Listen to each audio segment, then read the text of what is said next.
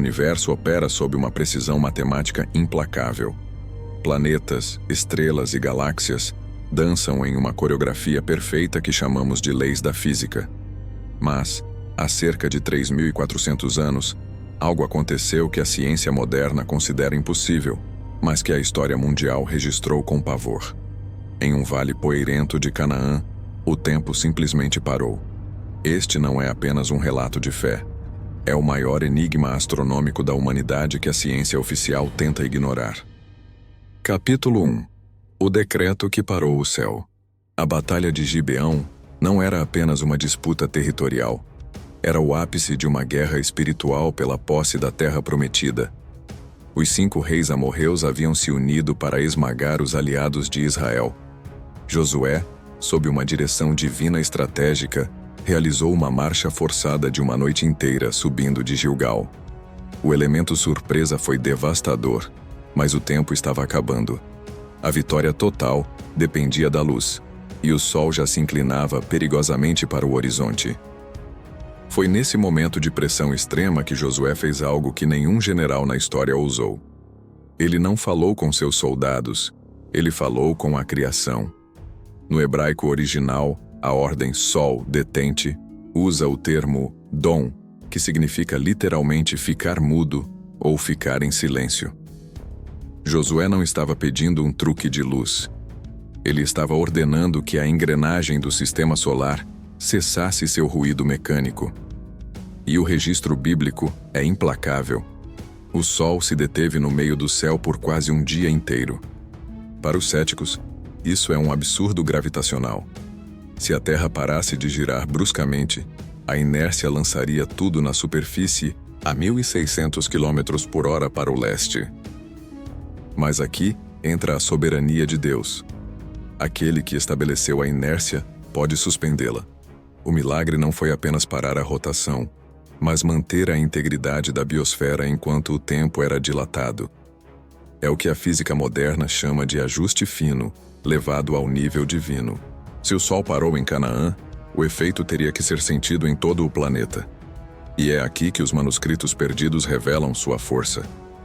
No outro lado do globo, os registros pré-colombianos dos astecas e maias falam de uma noite que se estendeu por horas aterrorizantes. Se em Israel o dia foi longo, nas Américas a noite teve que ser longa. Códices antigos descrevem o pavor dos sacerdotes ao verem as estrelas congeladas no firmamento, recusando-se a dar lugar ao amanhecer. Na China antiga, durante o reinado do imperador Yeu, os escribas reais registraram um evento solar bizarro, onde o Sol ficou parado no horizonte por tanto tempo que as pessoas temeram que o mundo seria incendiado. A cronologia chinesa é uma das mais precisas do mundo antigo, e a data coincide de forma assustadora com o período dos juízes em Israel. Não foi um fenômeno local em Gibeão. Foi uma anomalia planetária que deixou marcas culturais na Ásia, África e Américas.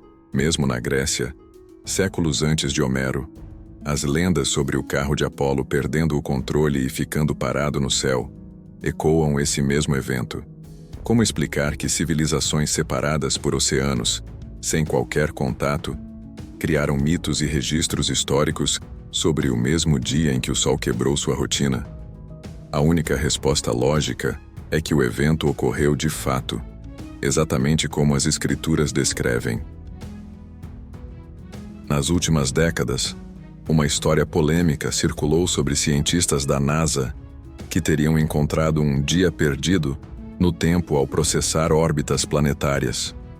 Embora a NASA oficialmente negue isso para evitar polêmicas teológicas, astrônomos independentes como C.A. Totten e Harold Hill dedicaram anos provando discrepâncias nos cálculos astronômicos antigos. Eles afirmam que, ao retroceder o relógio cósmico, há uma falta de 24 horas que precisa ser preenchida para que os eclipses do passado batam. Dessa falta de 24 horas, o evento de Josué explicaria cerca de 23 horas e 20 minutos. Mas onde estão os outros 40 minutos? A Bíblia, em sua precisão cirúrgica, nos dá a resposta em 2 Reis, capítulo 20. Quando o rei Ezequias pediu um sinal de cura, Deus fez a sombra retroceder 10 graus no relógio de Acaz. 10 graus equivalem a exatamente 40 minutos. Ao somar os 2 milagres, o quebra-cabeça do tempo se fecha perfeitamente. O relógio de Deus não falha, e a ciência apenas confirma a exatidão.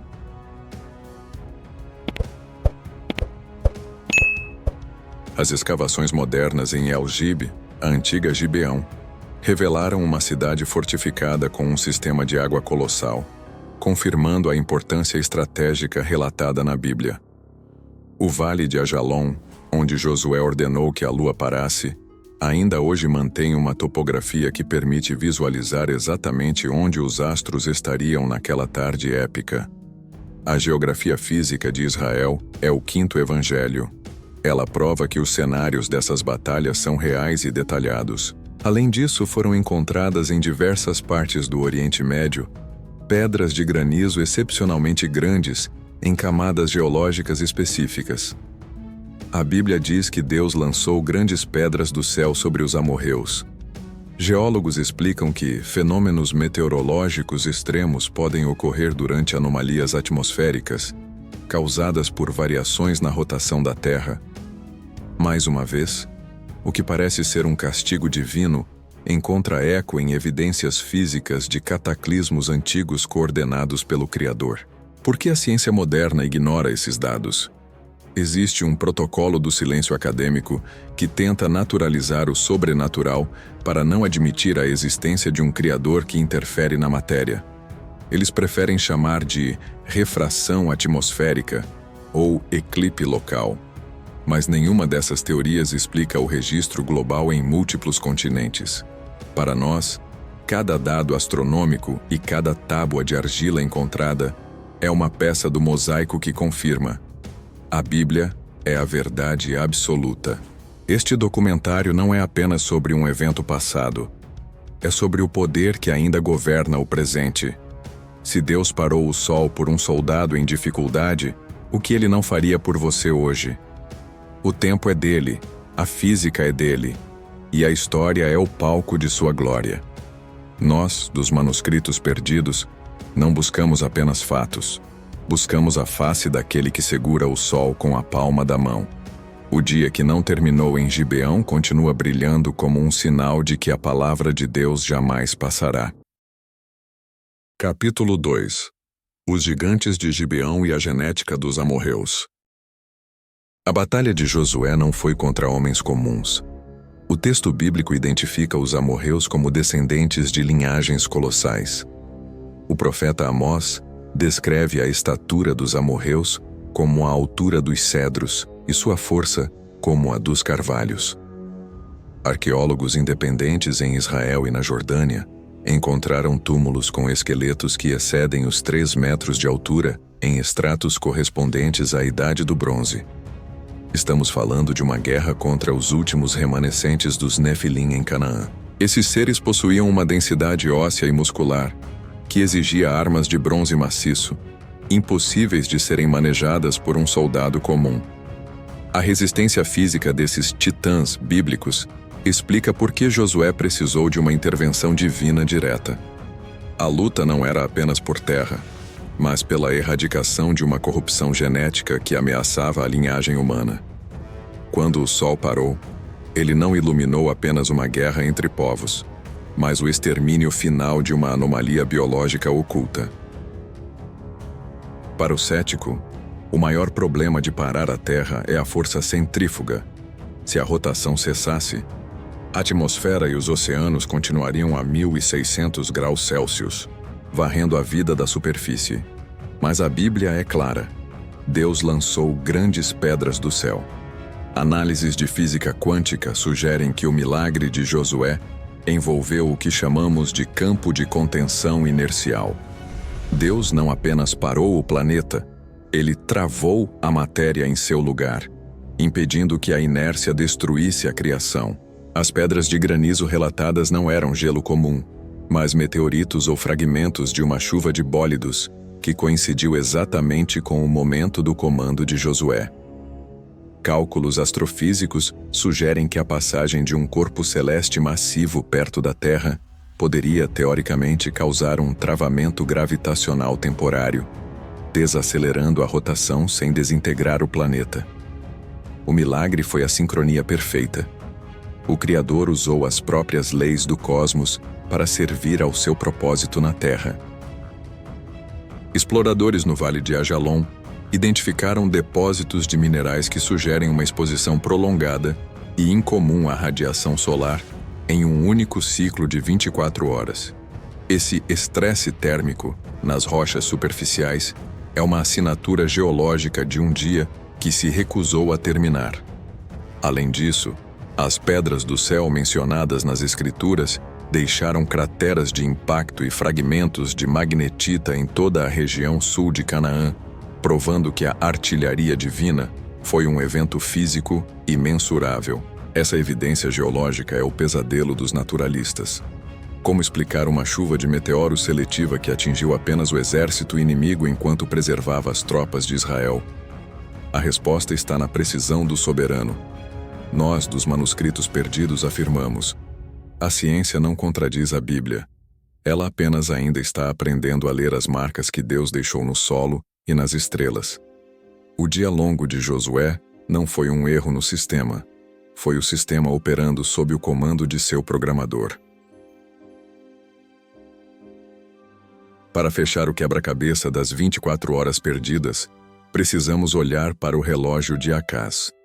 Quando a sombra retrocedeu 10 graus para o rei Ezequias, Deus estava fazendo o ajuste final no cronômetro da humanidade. Astrônomos que estudam eclipses solares antigos em Nínive e na Babilônia notam que os registros de horários estão fora de fase. Só existe uma maneira de recalibrar a história: inserindo os 40 minutos de Ezequias e as quase 23 horas de Josué. O tempo está nas mãos do Altíssimo. Este ajuste temporal prova que a história da humanidade não é um processo aleatório. Cada minuto é contado. O fato de o sol ter parado em Gibeão e retrocedido em Jerusalém mostra que Deus tem um zelo obsessivo pelos detalhes. Para os exploradores do mistério e para os fiéis da palavra, isso é o selo de garantia. Se ele governa o movimento das galáxias para cumprir uma promessa feita a um homem, ele certamente governa os detalhes da sua vida. A astronomia se curva perante o Senhor. Chegamos ao fim deste dossiê com uma certeza inabalável. O tempo é uma criação, e como toda criação, ele deve obediência ao seu autor. O dia em que o tempo morreu em Gibeão foi um ensaio para o que ainda virá. As profecias dizem que o sol voltará a se escurecer e a lua não dará sua luz. O mesmo Deus que parou o relógio no passado detém a chave para o encerramento da história.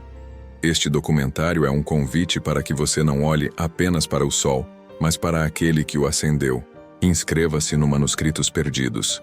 Aqui nós não temos medo das perguntas difíceis, pois sabemos que em cada descoberta arqueológica, em cada anomalia física e em cada manuscrito esquecido, o nome de Deus é glorificado. Se você chegou até aqui, você não é mais um curioso. Você é uma testemunha de que a verdade é indomável. Comente Glória ao Senhor do Tempo e compartilhe este dossiê. O tempo está correndo, mas a eternidade é o nosso destino. Até a próxima investigação.